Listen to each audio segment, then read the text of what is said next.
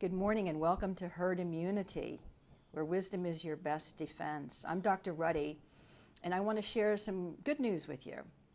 The threat of the Delta variant looks to have been somewhat overblown. I don't think that this was intentional, but I think that what we now know is that the experience of the Delta variant in the UK, which was predicted to be dreadful, has rather quickly dissipated. You remember 2 weeks ago, the officials in the UK were estimating there would be 100,000 new cases a day, and within 3 days of that announcement, the cases dropped off.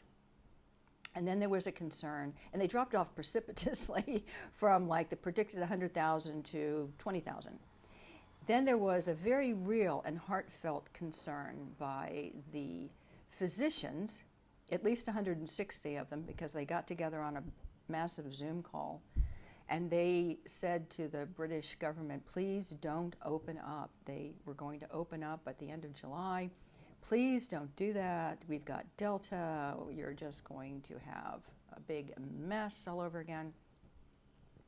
And the UK government said, we are opening up. That's the end of that discussion. And they opened up and everything is fine. So you do the best that you can. You move forward, with as much information. And so the question is, how do we move forward now? Because the news is that the Delta variant is twice as infectious and it's all over the country and the cases in Texas are rising and whatever. Here we go, round 3 of the end of the world. It looks like perhaps this is not going to be the dire repeat experience that we had to suffer over a year ago. There are some ongoing chronic concerns about how you calculate the number of new cases of COVID or whatever. Are you using PCR tests? We know that they're not accurate. Are you actually making a diagnosis of COVID, not infection? Not a PCR test that says, oh, we have found a trace of the virus in your nose. Or are you actually recording that someone is both legitimately, you've proven that they're infected with the virus, and they're sick? Because we know that we've got a large percentage of the population that either has innate immunity, so they didn't get sick last year and they're not going to get sick this year, okay? They have innate immunity. We have acquired immunity. There are people who were infected with the SARS-CoV-2 virus and had COVID and recovered. And according to a large Cleveland Clinic study of 52,000 people, those individuals who have recovered from COVID, they're not likely to get sick again with another SARS-CoV-2 infection. So we have a large percentage of the population that is immune from Delta or whatever. And we have a Delta variant, which at least if we look at the UK, is not as bad as all that. And we have medication. And I spoke about the Israeli study that definitively, once and for all, in a placebo, randomized, blinded, controlled study, shows that there are medical interventions, there are drugs that work. Along that line, let me tell you a quick story.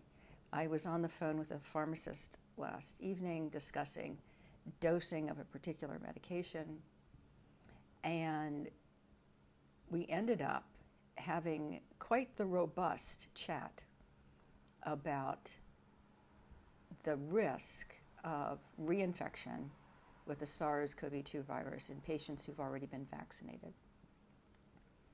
The pharmacist has a sister who was fully vaccinated with Moderna vaccine and has since developed COVID and is very ill. Not desperately ill, not in the hospital, but sick, and she's been sick for 3 weeks. So we discussed what might be beneficial, at least, to try in that case. which brings me to the real point of today's morning rounds, and that is that whereas we have Delta variant, and we'll deal with it, doesn't look like it's going to be that big of a deal. And I know that bad news gets the attention. Good news is not quite as attractive, but good news has traction. Good news has traction. Much more traction than bad news. So we've got Delta. I don't think it's going to be that big a deal. What we have are two groups of people. We've got the people who've been vaccinated, and we have the people who have not been vaccinated. And the people who have not been vaccinated, a large percentage of them have either natural or acquired immunity, going into perhaps an experience with Delta which is not as bad as we imagined it to be. We have vaccinated people. Those are the two groups, vaccinated, unvaccinated. And in the vaccinated group, we have what is called vaccine breakthrough cases of COVID in patients who've been vaccinated. We saw that in Israel, where the Pfizer vaccine was only 34% effective in preventing a COVID infection.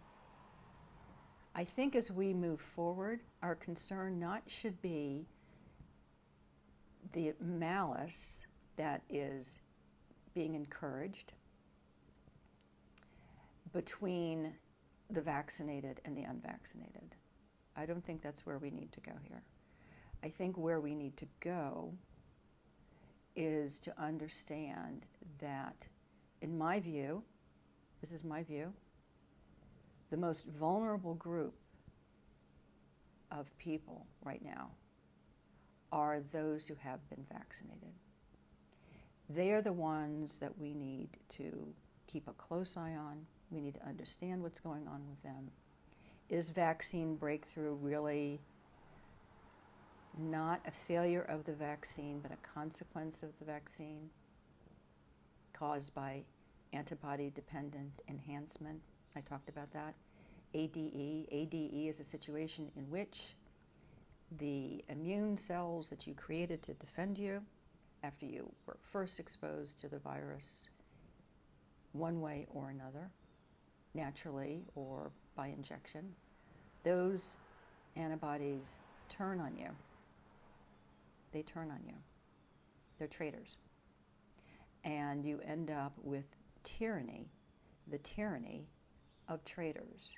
That's the metaphor for antibody-dependent enhancement in someone who has been exposed to a virus one way or another, sees it again, and the traitors are like, ha ha, okay, we didn't get you the first time, we're going to get you now, okay?